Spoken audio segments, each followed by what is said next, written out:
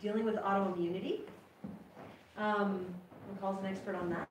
And happiness, happiness as it pertains to our body. Also how to feed kids well and enjoy your life too. And finally, we're going to talk about how to adjust your diet gradually and sustainably so that it can be a permanent shift. So welcome to Mastermind in Your Pocket. And let's introduce ourselves. Yeah, let's introduce ourselves. How's our Facebook Live feed going, Adam? It's just about to start. Go on. Keep going. Keep talking. Okay, great. Keep repeating. Okay, so welcome to the show, guys. This is a good experience for you. It's a good experience. Here we are. That's how I like to train, by fire. Go! This was practice in Oh reverse. no. What happened? This was practice in reverse. Everything that you're seeing is intentional. Hey guys, we're going to start our show now, Mastermind in Your Pocket. We're going to be talking about healthy living. We're addressing it from all sorts of different areas. Sorry, I think that's Instagram that's crooked up there. I'll fix it in a second. But we're experts, coaches. McCall is like the super expert here because she's actually a nutritionalist. I'm the on the streets kind of guy.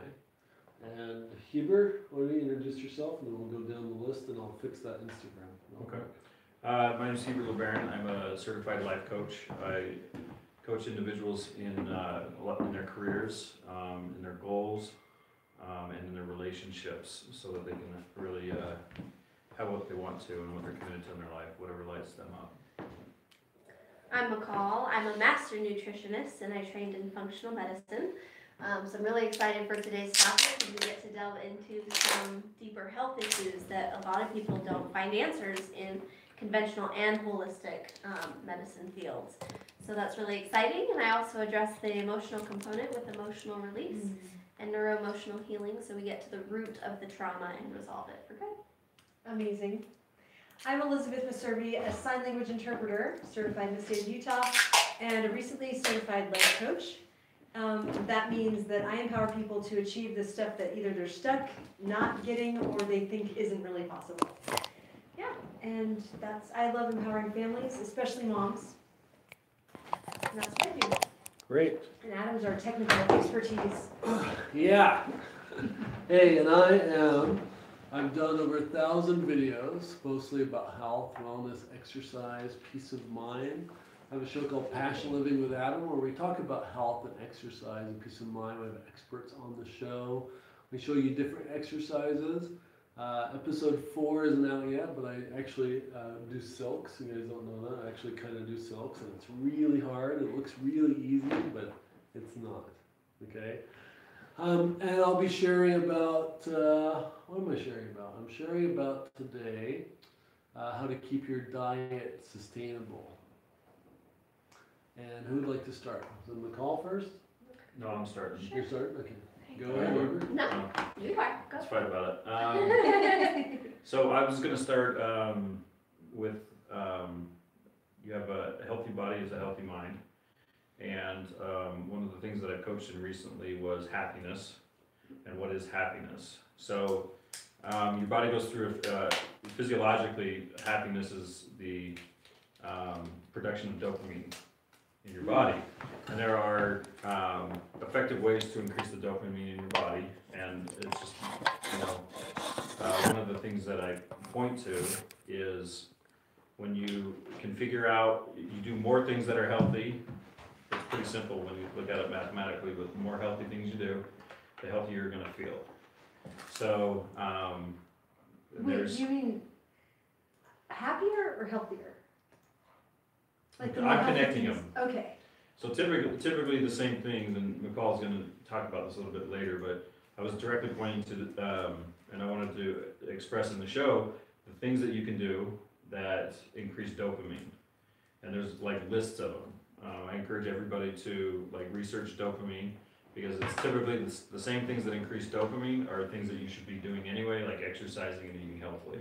So, and there's lists of things. So, and then obviously you don't want to do anything that's not doctor recommended, that all of those waivers and everything. Make sure that you're not doing something that your body can't tolerate. But Yoga, exercise, nature, sexual activity, all those things are activities that increase dopamine. And then there's foods like avocados, almonds, lima beans, that increase the dopamine in your brain. And that's, the reason I like to bring that up is because you can actually make a physical impact immediately by taking those things on.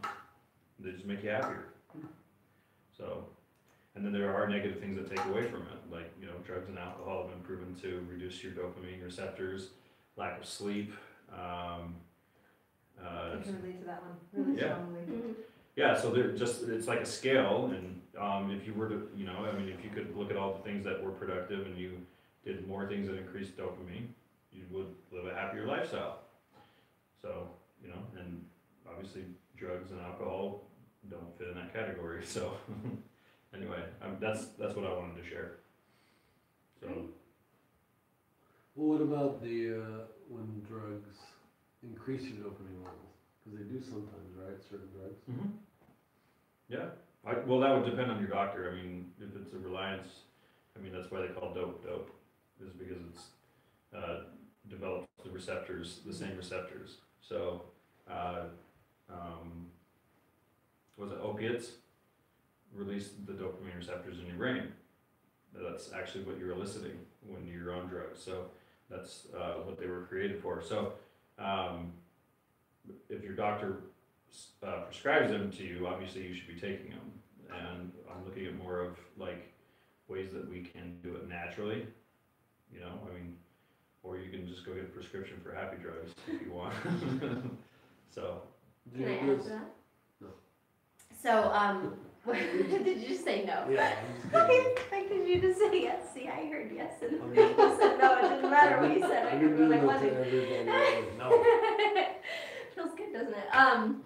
So part of a dopamine deficiency or issue with your dopamine receptors working properly would be addiction.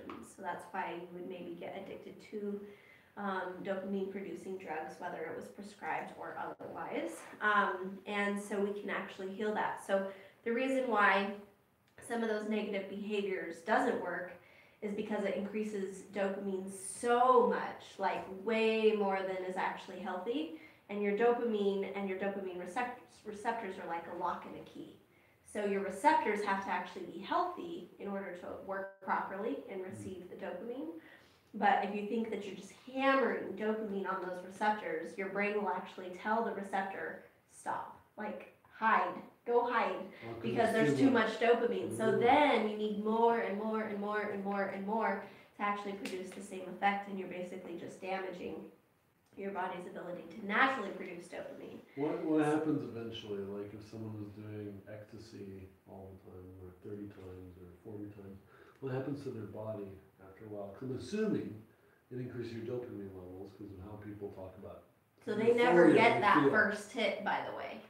It's never as good as the first time because of the mechanism. So basically you need more, your tolerance decreases over time, not to mention the damaging effects on other parts of your body. So if somebody is struggling with like depression or lack of motivation, they're not happy, they have low energy or they have addictions, dopamine's a really great place to look and to take out the things that don't work, the negative behaviors, even video games and like repetitive, stuff that you just get sucked into, like that's all for dopamine. And the dopamine man or the dopamine boy, by the way, is the one who goes in his man cave and isn't very communicative or connected.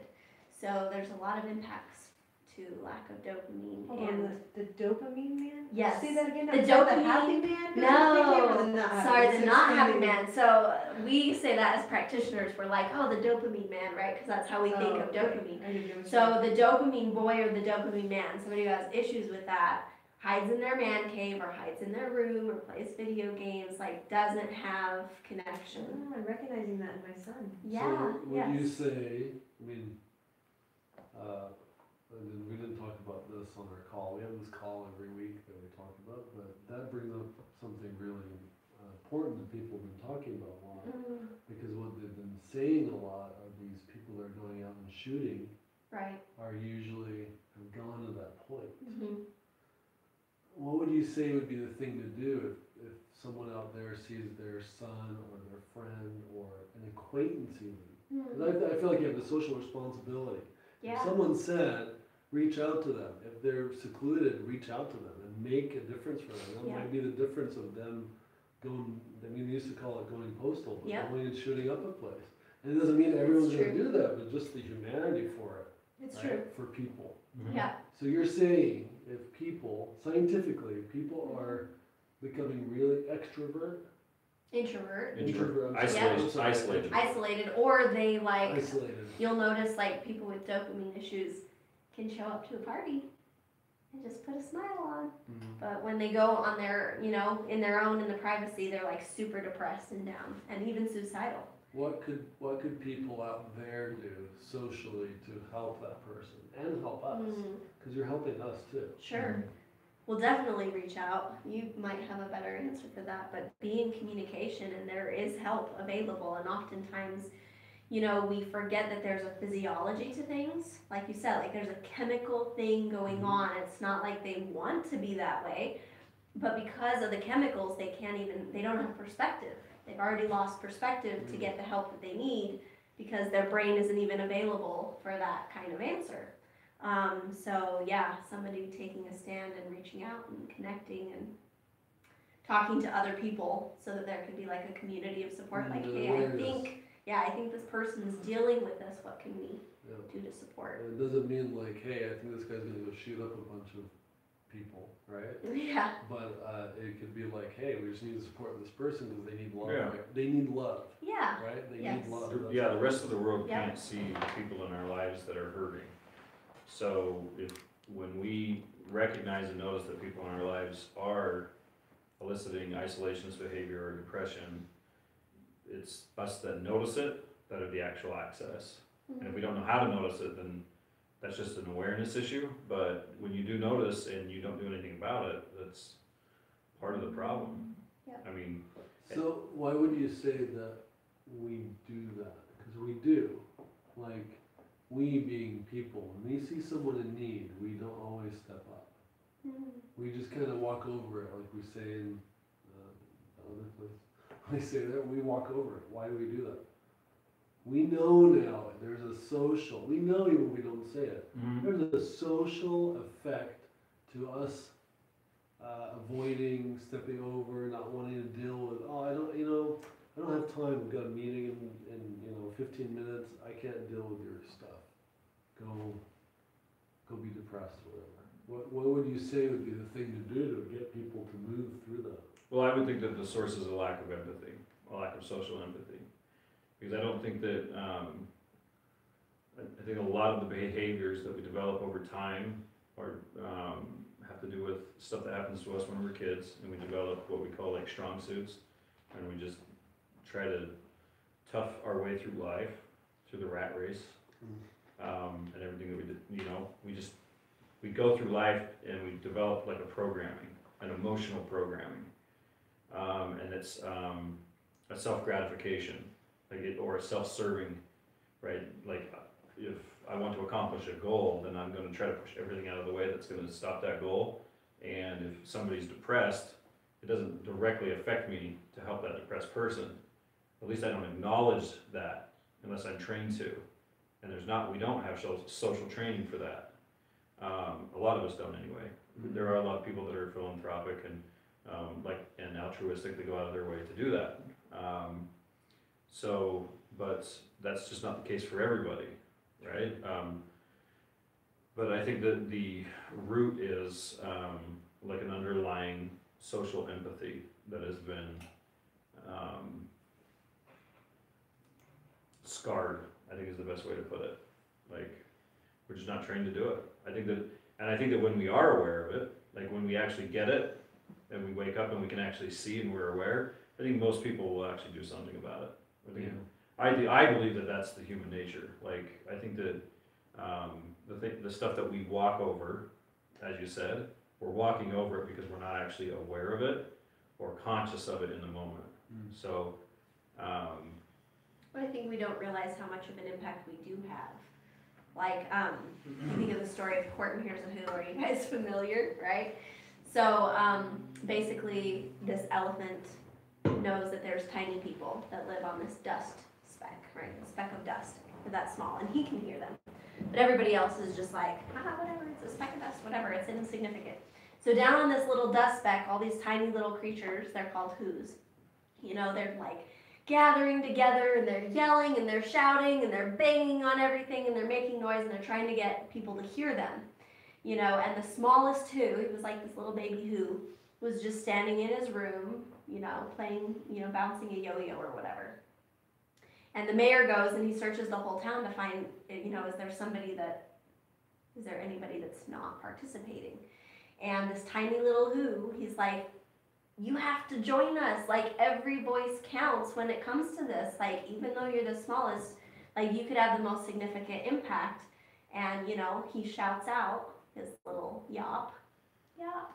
And it's kind of a cute story, I love it. Anyway, so he shouts out yop, and his voice is the voice that made a difference. Like, really, I have it that we're like, oh, somebody else will catch him, or their family, or their friends, or whatever. Like, you know, if I be nice, I don't think I'll save a life right now, you know, but really you could. Like, I've heard so many stories where people were on the brink of ending things, you know, and there was that angel person that was just, here, you want lunch, or, you know, like, they said something and it kept them going. So I think realizing how much of an impact we do have on other people, and acknowledging I that forget is that big. too. Like, I guess I needed to hear it. Yeah. Because that's one of the reasons why I do the quick shot ultra perform videos, is because I forgot. I actually forgot because I haven't been doing it as much, because I've been like, tired of doing these videos. And I did a couple yesterday, but I've been doing, to get to 1,000, you have to do a lot of videos. Sure. Well, And if I there was forgot a, how much impact it makes because people told me. yeah, And that's why I kept doing it. Yeah. And I forgot. I actually got in touch because I got into like, well, what about me? I need more results, and you figure out a new way to do things. right, But I forgot that those little videos I do have made significant. I mean, someone told me they were contemplating suicide, and because of one of my videos, they stopped. Yeah. So apparently they were in the Yeah. process. Yep. well, I think that, like, on a global level, if you could quantify kindness and the impact on the stock market and how it affected it, then people would pay attention, Yeah. you know? Yeah. Like, I think that we all pay attention to certain things, and we take certain things for granted. But, like, for all of the debates that are coming out on, like, guns or violence or depression, if you really want to get people's attention, talk about what really matters to them.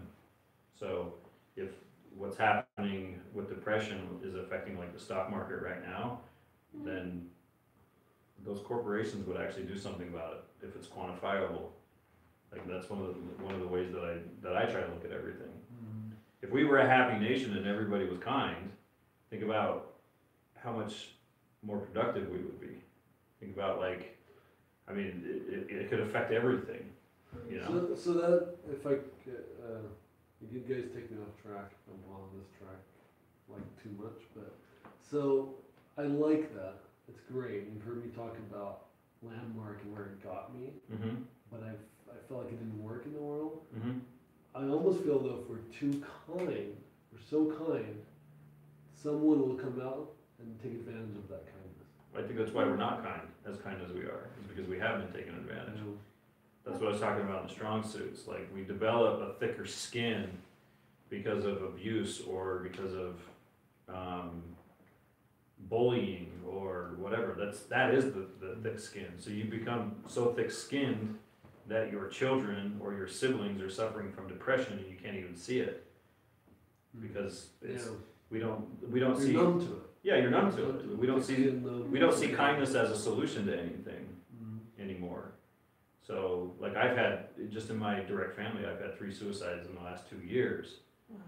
And I didn't know, or I wasn't directly affiliated with that person that did that. Like, I hadn't had any contact with them in more than a year. So I had no idea about it, but they were directly related to me. So, and I don't think it's just suicide. I actually do think it's economic. I think everything has an economic impact. our health, our soil, like those are the things that I'm passionate about. And when we're all happy, I think that we are all productive. I think we'd enter into a golden age if everybody was eliciting high dopamine. Anyway, naturally, yeah. Yeah, because you can Of course. you just take in stuff and then Yeah. you're just feeding the same problem. Yeah. Yeah. And I think, what was it? Cold showers Yep. increased dopamine by like 200-something%. I Cold mean, showers? Cold showers. so you hop in the shower, turn it on cold, and Yeah. that response. I hate Like I I encourage know, everybody right? to research feel better after. dopamine because it's almost every one of the methods are scientifically proven. There's only a couple of them that they kind of speculate on.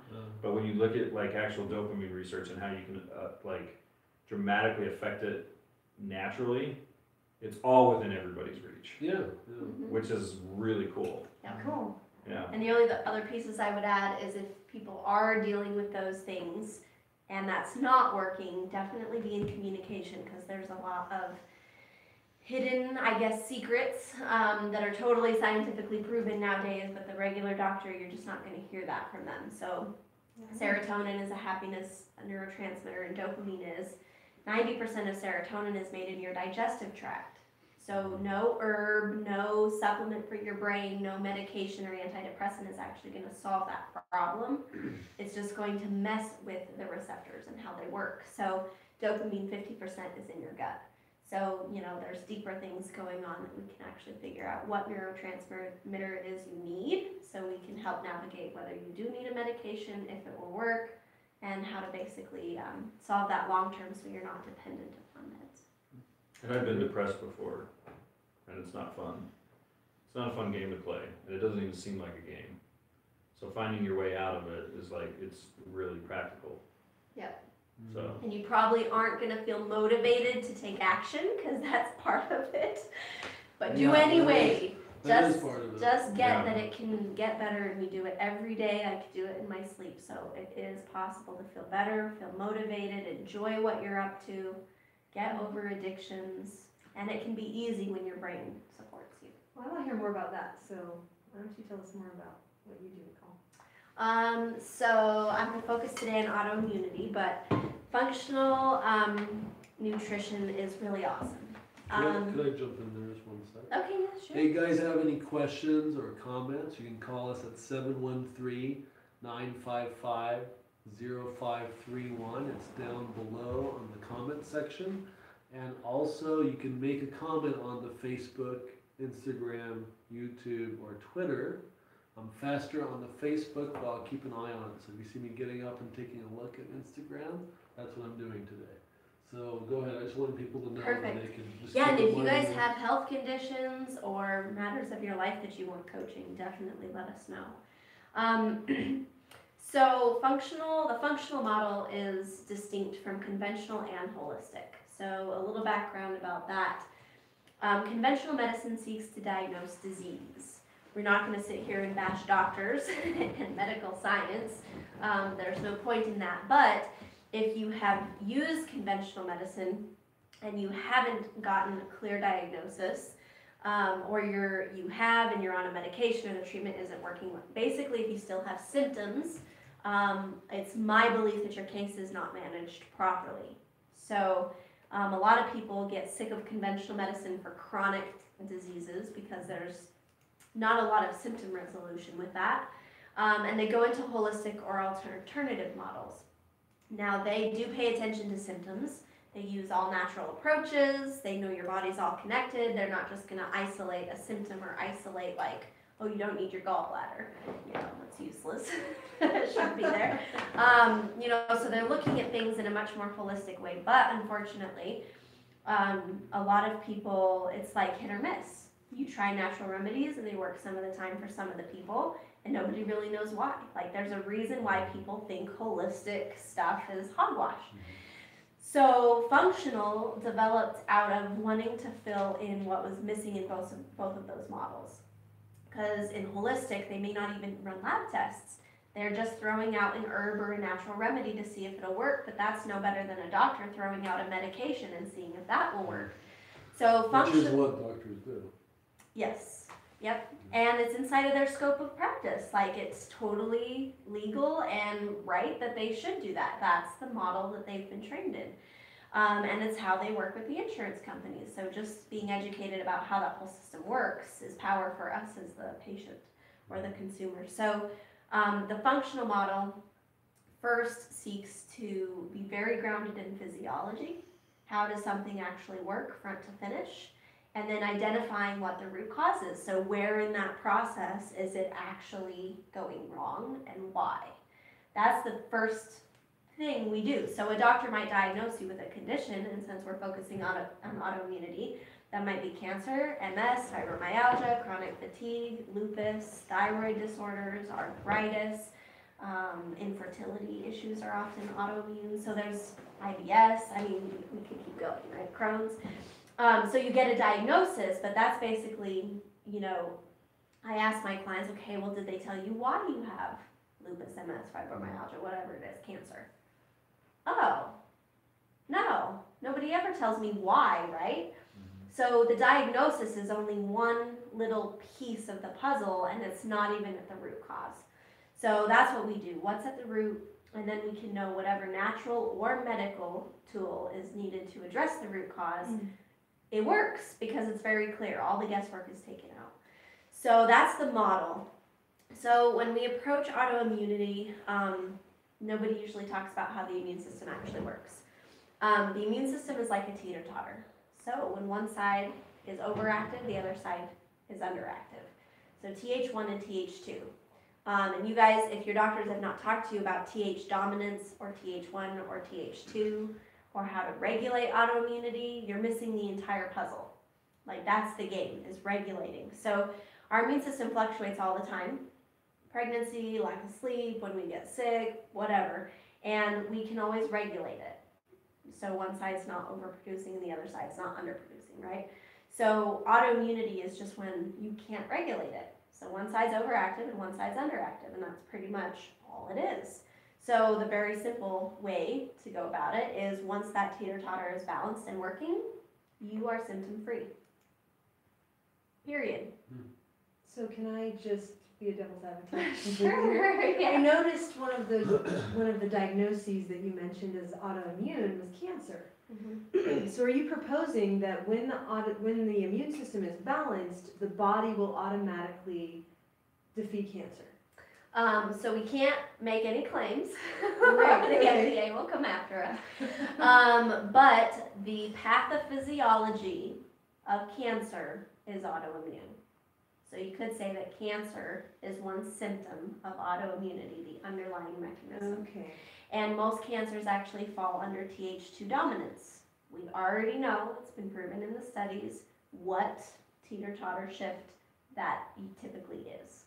So what I say to people is, if you are cancer, if you've ever had cancer, you are autoimmune. And what you want to do is you want to actually figure out how to regulate your immune system so that it doesn't metastasize, it doesn't come back, or you don't come up with some other autoimmune condition. Did that answer your question in a roundabout way? I think so. So what Without I'm hearing saying is like the root cause, or one of the root things behind cancer is an autoimmunity Yes. and an immune system imbalance. Yes. And that can be corrected. Yes. Okay, great. Yeah, that's a great way to put it. Interesting. Read between the lines. So yes, many people have cured their own cancer using natural means and addressed the root cause. True. So you want to find out what your Th dominance is, and you want to find a practitioner that knows what the heck you're talking about. And then there's 3 steps. Finding what triggers you have. So every autoimmune individual has certain triggers. What I find most commonly is there's food sensitivities, because if your body is attacking part of itself, it's lost tolerance probably to foods, to the environment, right? You're like reacting to things like allergies. Usually it's not an actual allergy, so we have to test the other categories of reactions like food sensitivities and intolerances. So, like when you say other stuff than natural, what are you talking about? Remind me what year? I think clarify what you're saying. Well, didn't you just say you have to test allergies? What sometimes isn't natural? Is that from natural things? Yes, it can be to natural things. So we know like hydrogenated fats are bad for you, but for autoimmune individuals, it's a totally different game because I could be reacting to my spinach that I'm eating, or the carrot, or meat, or it could be anything that I'm exposed to because my immune system has lost tolerance to my own body, like I'm destroying a part of my body because it thinks it's foreign. Nonetheless, you know, things that we shouldn't react to, like healthy foods. So it really can be even natural things, cosmetics and personal care products, I mean anything. So you do want to test, there's 7 different categories of, I could talk about this forever, so if you want to keep me on target, that's fine. But there's actually 7 different categories of reactions that you can have. Most doctors only test one, which is IgE. That's the only medically defined allergy. Okay, so we actually want to look at all the other types. If your doctor doesn't say that there's 7 different categories, you probably should call somebody functional because there's other reactions that you could have, and your lab tests for allergies could show that you don't have any, but that's not true. So triggers. Another one would be toxicity, so a gentle detox would help, and if you have heavy metals or you're exposed to a lot of environmental toxins, that would be something that would trigger. I am triggered by, it's a chemical that's most often used in perfumes, like synthetic scents, and oil-based products like gasoline and car exhaust. So I have to actually support myself when I have to minimize car exhaust exposure, and I have to support myself when I'm like in the city. What would another trigger be? Almost everybody that has chronic autoimmunity has hidden infection. So that's, you know, bacteria and yeast and parasites often just lingering in the gut. So I almost always put somebody on like an anti-infectious, you know, group of herbs or a protocol. Stress and emotions, like you can't overstep that. That's a huge trigger for the immune system. So past trauma, oftentimes I find, is directly linked to the start or the onset of autoimmunity. And so resolving that is huge. How do you resolve like stress? Like I'm talking about me right now. How do you resolve stress that you can't get away from?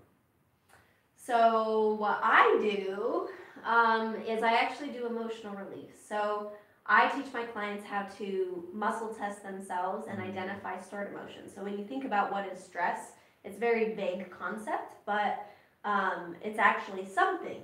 If you think about what do I feel when I'm stressed, well, it's anxiety, overwhelm, sadness, you know, frustration. There's some actual emotional component to it. So a lot of what we feel today as emotional triggers are from past-based events that we just stored those emotions. So it's kind of like Pavlov's dog. When we're exposed to a similar situation, boom, the body knows exactly what response to have, and it just goes to that response. So releasing the emotions actually helps your body process that, and it really puts you from a stressed state, a fight or flight, sympathetic nervous system, you know, state, to parasympathetic, which is resting and digesting. So you can't be stressed when your parasympathetic is very high and active. So is that something that I can do on my own, or does that need a professional emotional release? You can totally do it on your own. I teach people how, so that they can manage that forever. Cool. And there's a lot of different techniques. EFT is a good technique. It doesn't release the emotion, but it helps you process it in the moment. What's EFT? Emotional freedom technique. So they use tapping on certain pressure points. Tapping. Mm-hmm. I don't like the tapping. I don't like it too much either. It's good. The emotion code. There's a book for the layperson. The doctor talks about energy a lot, so you have to kind of get over his language if you're really science-minded. But it is a very scientific technique, and you can learn to release emotions with that. Well, if I could jump in there and say, energy is scientifically proven now. Absolutely. All of it's being proven regularly. It just hasn't caught up to the social stigma of it. Totally. Right? I mean, you have pockets, right? of people, and you have people that are completely that one way, or people that are like, just pay me and stock. I'm not saying you're that way, but it's just about economic point of view. But It's kind of like the whole flat earth theory. what's that? Well, the earth's round, right? Sure. So anyway, so when I did my research, I was like, well, if it's true on an energy level, according to physics, right, it's true on a mechanical level, like on a cellular, molecular level, and it's true. Like, it absolutely is true. So, then support. So let's talk about that. The most common support almost everybody needs is regulatory support. So regardless of what your dominance is, you want to learn how to regulate it so that you're helping whatever dominance you have come back to balance. So regulate means balance. Yes. Right? Okay. Yep, so probiotics, vitamin D is huge. Most people have not enough vitamin D. Get it tested. Make sure you're on a good vitamin D that's absorbable. Whole foods is best. Turmeric and fish oil and omegas. Yeah, go ahead. When you say Whole Foods, you don't actually mean the brand Whole Foods. You mean a Whole Food Yes, vitamin supplement. supplement. Yep. So she Thanks means for a the Whole disclaimer. Food. Yeah, I was like, That's hey. good, that's good. Well, it's okay. We can talk about Whole Foods all day, but she's not talking about the brand Whole Foods, the store. She's talking about an actual whole food. You're talking about vitamins, right? Mhm. Whole food vitamin that actually has the nutrients from foods, Yep. as opposed to synthetics or Isolated. Chemical. Yep. So if you take isolated nutrients, which sometimes some autoimmune people are so sensitive, they can't take whole foods. But we still provide remedies that contain other nutrients. So your body can't utilize just vitamin D because in nature it's always found in a variety of nutrients that help you absorb and utilize and whatever. So if you take an isolated nutrients, it actually pulls those nutrients from the stores of your body so it can deplete your body of other nutrients. Versus if you're giving your body the whole array from whole foods, everything that would be, that you would take from a food, it doesn't have to pull it from storage. So there are some common supplements that I mentioned, like omegas and vitamin D and all of that good stuff. You would also want to know which side of the teeter-totter to balance. So if you do research on this, you'll find that if you're Th1 dominant, which means you have a low Th2, green tea and acai and certain antioxidants would help stimulate that. But you wouldn't want to ever take things like lemon balm or echinacea or golden seal that boost your immune system. Don't ever do that because it's going to cause you to attack your body. Likewise, so for me, lemon balm is a Th1 stimulant because that for me always goes low. And lemon balm is like my cure. Would have never known it, but it's a Th stimulant. Echinacea is too much of a stimulant for me, so I just figured out what of the Th1 stimulants work for me. He's the opposite. He actually is Th1 dominant, and his support, the XFLM, has all sorts of tons of different stimulants for Th2. I can only take one stimulant. He needs all of them. So anyway, it's different for every person who has autoimmunity. It's not a competition. Mine's better. Well, you felt like you had to say that. Huh? Yeah, You felt like you had to say that. you made it a competition. Okay, good point, Adam. Really good. Oh, it is. So anyway, it kind of can seem, like a lot of clues, but there's some great articles and resources if you just look up TH dominance and autoimmunity, Th1 and Th2, and educate yourself.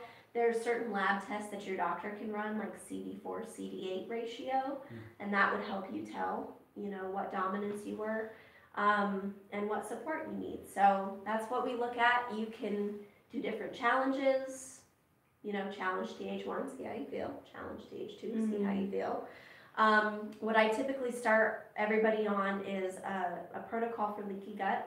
So whenever you have autoimmunity, your gut becomes leaky. And that's why you develop food sensitivities. Because undigested foods get into your blood, and they're not supposed to. They're too big, they're not digested. It's not a vitamin or mineral. So your body's like, foreign. So then the next time you eat that food, foreign, right? So we want to heal the gut and L-glutamine, aloe vera, deglycerinized licorice root, like those things are really good for that. And you know, I do something for anti-infection. I do an elimination diet. I hope you're writing all this down. An elimination diet to identify what foods you're reacting to. Yeah. So you pull foods out and then for 3 weeks and then you challenge them one at a time. And usually you can tell a huge difference just from that. So yeah, those are some of my best tips and places to start. And if you guys need additional support, there's practitioners that could do this in their sleep. I know hundreds, But you're the best. but I'm the best. No. I'm really good at what I do. So whatever it is that you're dealing with, if you think it's not manageable, you may not be right about that. Yeah, so if you guys still have symptoms and you're autoimmune, your case is not managed properly. Where'd you get your contact? Period. So email me at info@integritywellness.org. I give a free consult. I'll review your entire case, lab work, all of it for free. And then we can just talk about what the missing pieces are, if anything, and set you up on a lifelong management plan. So my goal is that I work myself out of a job because I want you to be empowered to manage this forever. You should not need a practitioner to think for you. You should know your body that well, and that my clients do. They know all their triggers, they know what support they need, they know how to maintain it, and if anything happens and they get flared up in the future, they know more than a medical doctor does about their own case, and they can figure it out. So, Sweet. Cool. thanks for letting me say that. It makes a difference. Elizabeth, tell us about children. Okay, so what I'm dealing with today. Let me do that again. Elizabeth, tell us about children. Okay, I want to share about how to feed kids well and enjoy your life too. So starting with, I just want to start with a disclaimer, which is some kids have texture problems. Like some kids actually need an expert. So I want to speak to most people and give you generic advice, but first, the thing is, if you've already tried, like if you're pulling your hair out or crying over this, probably get an expert. That's not me. I'm not, email a call. Yeah. But if you just want your kids to eat healthier, great.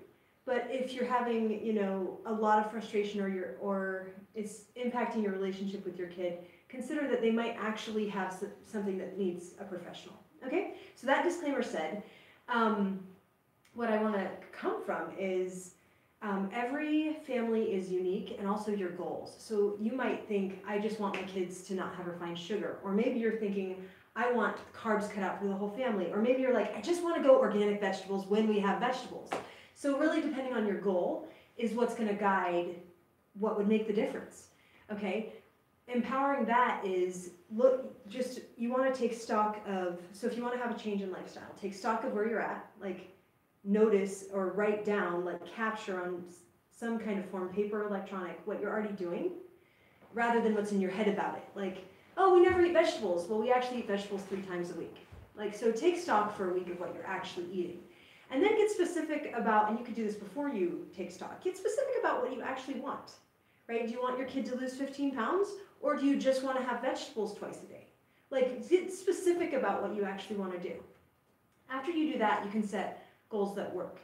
So your goal needs to be feasible. Like, is this going to take 30 more minutes a week of planning? Or is this going to take an hour of internet research to, like, figure out how to, what kinds of foods I can eat when I'm not eating carbs, and a couple hours of finding recipes that look delicious, and then put that on a spreadsheet for the month, which is what I do, because that works for me. Or call Elizabeth and Yeah, she'll or- guide yeah. you through it. Totally, For right? you. So I can totally She'll coach you. spreadsheet the crap out of it. Only if that's what's needed. Only if that's what's Which needed. is always. No. It has empowered our group sometimes. Go ahead. Just give me a credit. Anyways, Just give me a credit. I know, it's great. Well, what I'm saying is that she's very meticulous and organized, and that's actually Yes, a good thing. I am very I'm organized. giving her crap, but it's actually a good thing. I want So- you guys to get that. If you need more organization in your life, she's going to do it for you. She's gonna help I'll you. empower you to do it, She'll Ashley, be, so you have the she'll be tools creating a for it. spreadsheet just as you're talking on the phone, and you're gonna be set. Well, hold on, so what I But want it's a to good thing. point It's a to, good thing. but what I want to point to about that is the clients that I coach, I've only coached 2, and neither of them needed a spreadsheet. So I only kept a spreadsheet for my information, and Oh, that good. wasn't what their life needed. So I'm not gonna push spreadsheets on you, it's only I'm not as trying to needed. scare anyone, I'm trying to draw Yeah, it people was in. a little scary. Actually.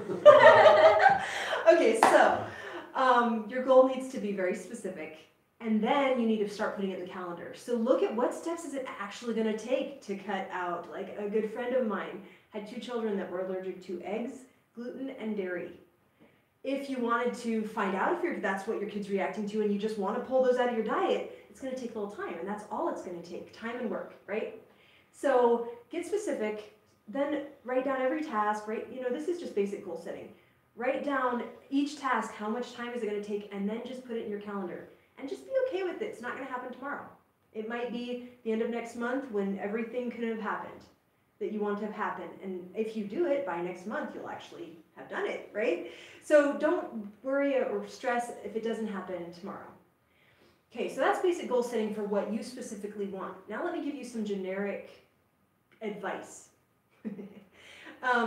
Not that I necessarily feel qualified. I have 5 children, ages 4 to 15, and my 4-year-old will eat a green salad. So I'm pretty proud of that. My 7-year-old literally had tomatoes at the top of her Christmas wish list. I had all my kids include some food, but for her it's like tomatoes are it. And yeah, right? So here's what I would say generically, which may not address your goals, and it may. So here's help for parents. So exposure over time is the key to kids being willing to eat other stuff. If you want them to eat something other than what they're eating, you also need to be willing to eat it, of course. And I recommend picking foods that taste good and foods you haven't had before. So when you're menu planning, if you're not menu planning, start menu planning if you want your kids to eat better, okay? And include foods that you're like, oh, you know what? I've never made hummus before. It's by the way, hummus is fantastic and it's easy to make if you have Vitamix quickly. So it's super easy, inexpensive, and healthy. Or a good food processor. Yeah, anything that could really crush the garbanzo beans. So that's why I say a Vitamix. It doesn't have to be a Vitamix, right? Good. If I could, I make blends all the time. I post them on Instagram. I bought 3 Cuisinarts years ago, 8 years ago, and they've died over the years, but I have 1 left. I did it for a booth, and the Cuisinart does great. What I've learned is that if you put enough water in it, you'll be able to move and mix it enough that you can get it almost as good as a Vitamix. And they were $75 each, so you can So buy that may a be high-end one. yeah, that may be way more reasonable. Yeah, Great, you great. can buy a high-end one, but you don't need the $300-$500 one if you don't want to do that, right? And those machines are great. Blendtec and Vitamix, they're wonderful machines, but Okay, you so don't that's have to have perfect. it. Yeah, Great. you can buy a bullet. You could do different. There's different Yeah, things you there's can options. Can Okay, you good. pause and talk a little bit about menu planning? So that's like a bleh word. You know, it's like a trigger word for a lot of people because they're like, I don't know what that means and how much time it takes and I already don't want to do it. So can you just talk about how to make that approachable and like simple? Totally, thanks for bringing that up. So what I mean by menu plan is write down like on a piece of paper, make one column that's like M for Monday, T, W, R, F, like make a week little acronyms, and then on the other side you're gonna write down what you're gonna make for dinner that night. Thinking through, or maybe even looking at your schedule, going like, on Monday we need to have this. On Tuesday I could actually try a new recipe. It could be this. On Wednesday I'm gonna put a crock pot on with this. So that's what I mean by menu planning, is just writing down. It could be 5 minutes. That's Yes. what I hear in that. I'm like, It could be 5 minutes, totally. And you don't even have to assign it to a day. What I like to do is sometimes think, what do I have left in the fridge that needs to be eaten? And I'll make a list of 7 to 10 meals, and then as I go through the week, I'm like, what do I have time for today? I'll use this up, or if I have something that's imminent, That's cool. I have to make this tonight or I'm gonna have to throw it away, like that. So either way, it's really And it flexible. could be. I know I was giving her a lot of crap about the spreadsheet, but it could be just casual on a sheet that you have on I really Right like on the- Google on the Sheets. Just put it on the Oh, fridge. yeah, on the that fridge, it piece could of be paper, I'm yes. trying to take people away from Yeah. this presentation. Okay, Well, you could go either way too, but you Okay. can just be quick and throw it on the Yep, front of the fridge. yes, and you're many good. times have we had a handwritten sketch of 7 meals on the fridge. But it's Um, way easier to be, sorry, it's way less stressful if you have a plan. Right, you Like, have to have a plan if to you're- eat well, I'm just telling Yeah. you that now. I mean, I don't know any other way to do it, it's not that you have to. But it takes all the guesswork out of it. So if you're ever hungry, if you're like me, like I don't. If you're ever hungry, Yeah, like if you're Ever. ever hungry, as long as you're Right. not planning, like I go throughout my day and I'm So not, true. I'm like, oh my gosh, what am I gonna eat? But that's because I don't meal plan. And if you consider that it only takes about like 20 I rolled my eyes. to 30 minutes, if it only takes 20 to 30 minutes a week to actually plan out the whole week, and Yeah. I never do it I know, because we it's look- the we worst. look- Well, what I Hold do, on, hold on. Yeah, well, can I share what I do? Yes. So we're on a budget, okay? So I go to the store and I shop for the entire week, and I'm shopping budget. And I know that once I get home, I'm not necessarily like thinking of recipes, but I'm like, these are the vegetables we typically use, you know, these are the stuff on sale, blah, blah, blah, blah. And then I come home and we try to, I don't have my whole week planned, but I could. I'll try it on. But when I cook a bunch at once so that I've got like that days and some Brilliant, leftovers, you know, and so I yes. like basically cook in bulk so that whatever time I'm spending, like an hour, I've just made like 5 to 8 meals. yes. And that's what works. And then in the Yeah. morning, I kind of have the plan for the day. So So anyway, what McCall's pointing to is there's actually whole tutorials and tons of websites on bulk cooking ahead of time. But back to just eating well, so I'll wrap this Yes. up really quick. So give your kids little tastes of new things over time. So if you want them to eat green salads, make sure that they're tasting a green salad at least 5 days a week, and I mean like literally a tablespoon. And you can try different dressings, and I don't force it, do not, because, you know, when kids are forced, they'll eat it, and then they'll hate it forever. So don't do that, offer it. And then as you offer it over time, especially with an incentive, like whoever tried all the foods tonight is who gets the dessert, or whoever tried all the foods tonight gets 5 minutes later bedtime, or whatever, you know, incentive is appropriate for your family. Cool. But yeah, that's how my kids will eat. You know, my 4-year-old tried Korean barbecue, and he actually turned to his brother, who's 10, and he's like, you know, this sauce is mind-blowing. And I was like, what, did he just say that? And I was getting excited, and he's like, if you eat it, your mind will explode. Like it's too hot for him. That's so cute. Yeah, so exposure over time. Okay. What's cool about that is it takes 7 times for you to taste something before your taste buds actually start to change. So you don't taste with your tongue, you taste with your brain. So I love what you just said, because a lot of people are like, oh, I don't like that. I'm like, you have to at least try it 7 times for your taste buds to start liking it. And a lot of people that go on these cleanses, they try their old food again. They're like, that wasn't even that good. That pizza wasn't even worth it, you know, because your taste buds change depending upon what you would give it exposure to. So that's brilliant. I still like pizza. Okay, good.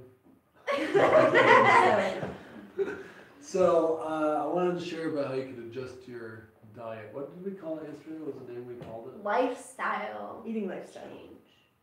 change. Eating lifestyle. Anyway, maybe eating lifestyle. Do you remember?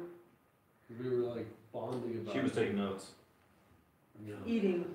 Eating lifestyle. So how to get your eating lifestyle in shape and order. What I say is you gradually change it. You don't make a sudden drop. I think it's really it's gone around socially that you need to have a ripped body, you need to eat perfectly tomorrow, and you need to, no offense to what you guys No, are saying, yeah. if this works for you, do Yep. it, but I'm in a different. If you have a medical I'm in a condition, you different- need medical Yeah, care. yeah, absolutely. But you don't need to plan all your meals. You don't need to prep all your food for the week. What I do is that what I tell my clients that you gradually make the change.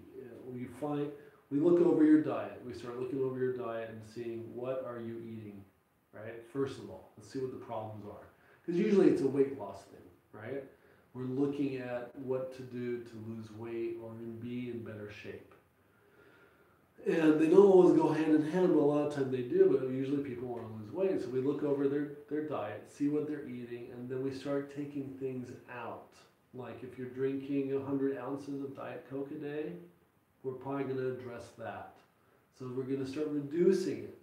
You're so used to it, you're so trained to it, your synapse structures in your mind have actually built a habit. You have this habit of having, you know, Coke every breakfast, lunch, and dinner. And it could be Coke, not Diet Coke, whatever it is. So we start reducing that over time, over the weeks. You start actually building the habit and the pattern to be able to adjust that you're not into that Diet Coke anymore, and you let it go. And if you don't like a lot of times I make these green shakes, and a lot of times people will comment, "Oh my God, it's green." And green's not a bad thing, really.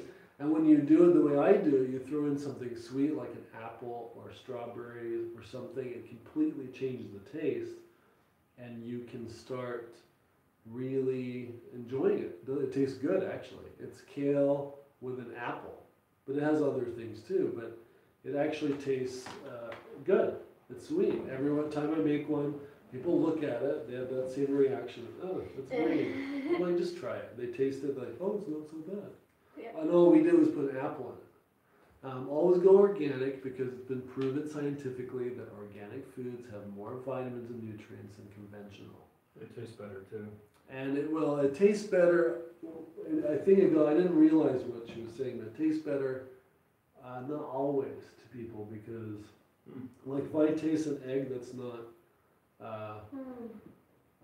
organic, cage-free, I actually notice. I'm like, what? It tastes different. I don't know. I didn't know it was not that egg. And then someone, oh, you're probably not used to it. It's like that. Oh yeah, it tastes foreign to me. Yeah. Now. It's also a trigger, by the way, for autoimmunity. Pesticides are a huge trigger. Yeah, my dog won't actually eat conventional carrots, but she'll eat organic carrots.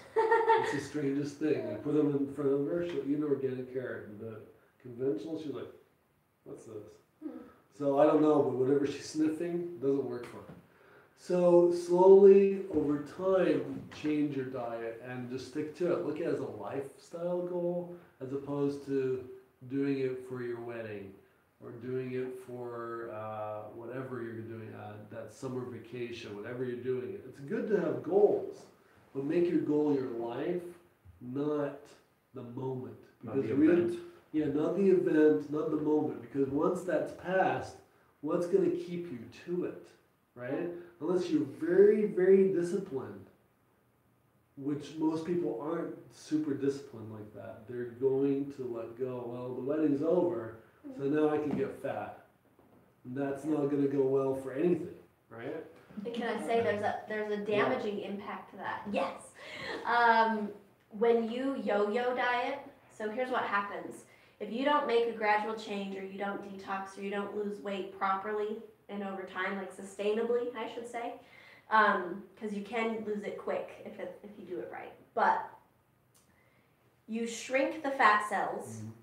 But if you do a yo-yo diet, you shrink them without getting rid of the toxins, because your fat stores toxins and hormones. So then it super concentrates, right? The toxins and the excess hormones and all of that in the cell, because the fat was your buffer. So when a cell gets super concentrated, the amount of fat that it can hold increases even more than before. So that means when you shrink down, but it's just short term, and you gain weight, you're going to gain more weight than before. And then you shrink down, you're going to gain more weight than before. And it's harder to lose weight each time, because you lose muscle as well.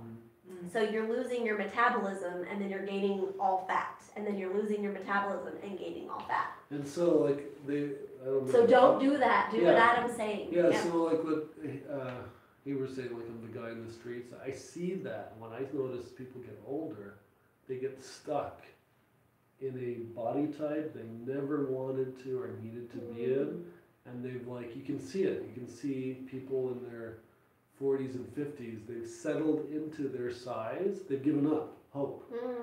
But you still don't have to at that point either. You just have to adjust your diet and do it reasonably. And when you break down, and do something that, like you last week, I did it. I've been eating really, really good. I offered you chips, and I had a box of fudge sticks. Love those fudge sticks. That was my favorite cookie. And But we I were bought- all good. And I was trying to get rid of them, so I didn't eat them all. I ate them all over 2.5 days. But that was my breakdown week, I call it, because I've eaten stuff all week. And it's probably because my dad went in the hospital and all that stuff. I'm like, sugar. Now it's really easy for me to eat sugar again, but before that, I didn't. But the whole point is that it's okay. I ate all that stuff. It's all right. I can start again tomorrow. You have to make sure tomorrow you don't postpone for 10 years, but you start again tomorrow and you just start fresh. Okay, I'll go back to the diet. Because it wasn't like some big long thing. I have to start gradually taking stuff out again. I already did that. I had a breakdown. And start your way just slowly. Don't make it significant. Oh yeah, It's your not- breakdown. Start yeah. your way back slowly, but just remember, closing up, to reduce the things you're eating in your diet and make it a lifestyle goal. But make it your lifestyle. I don't even want to use the word goal. Make it your lifestyle, because you don't want to make it a goal that's not you might perceive as too far or something you have to get to. Just start doing it, and eventually, in a few months, you'll be eating exactly the way you want to, and you'll be enjoying it. And you do the same thing with exercise. If you don't exercise at all, walk around your block. Walk around 2 blocks. Keep increasing the level of difficulty for yourself, but start somewhere. If it's not even around the block, go down the street and come back, or you could go down the street and stay there, but have someone pick you up and then go out to your event. Even starting taking the stairs or walking around, whatever. I try to take the stairs wherever I go. And if you injure yourself, just back off of it and start over again. But just start somewhere and then work your way up. And I say that with everything. And that's all the time we have. If you guys want to work with us or find out more, we all give a free hour of coaching, consulting. You'll definitely get value and results. And just to reiterate what we do and how to reach us, Heber, if you'll do that. Heber LeBaron, you can personal message me on Facebook on my personal page, or you can go to Prosperity Life Coaching. And remember a quote from one of my mentors: whatever game you're playing in life, you're winning. My name is McCall, and you can email me at info@integritywellness.org or private message me as well. Elizabeth Maservi and elizabeththeinterpreter.com. You can book online. My name's Adam Tajdeen. I do health coaching and consulting for my clients to make sure you stay accountable to your goals. And I also do marketing coaching that has nothing to do with what we're talking about, but there you go. Marketing plans and consulting. Richard Condor had a comment. He said, I keep a weekly menu in my fridge as a guide, and it helps. I cook a lot. It also helps for when he has Olympic athletes stay with him, and they can write diet restrictions and preferences also. Cool. So he said we're spot on, by the way. Cool. And that's from watching Thanks. Olympians do it. And that makes the biggest difference. Tune in for our next show, Tuesdays at noon. And it's Mastermind in Your Pocket, where we have experts that talk about what's important to you. Marketing, health, sales is our main premise in what we talk about. And what is our next show? I Is believe it's sex. Sex? Or Ooh, death. sex. It might be death. Those are quite different Sex things. or death. Quite different things. Tune in to our next show. Over the next 2 shows, we're going to cover death and sex. One and then the other. Yeah. So. So if you don't have enough sex, you'll die. And if you're dead, you can't have any more sex. Okay. But It's none of clear that. we can link those two. But keep in mind our next show, Tuesday at 12 o'clock. Thank you guys for watching and listening to Mastermind in Your Pocket. See you guys later. Bye. Bye. It'll take a second to close all these out, so thank you guys for watching. YouTube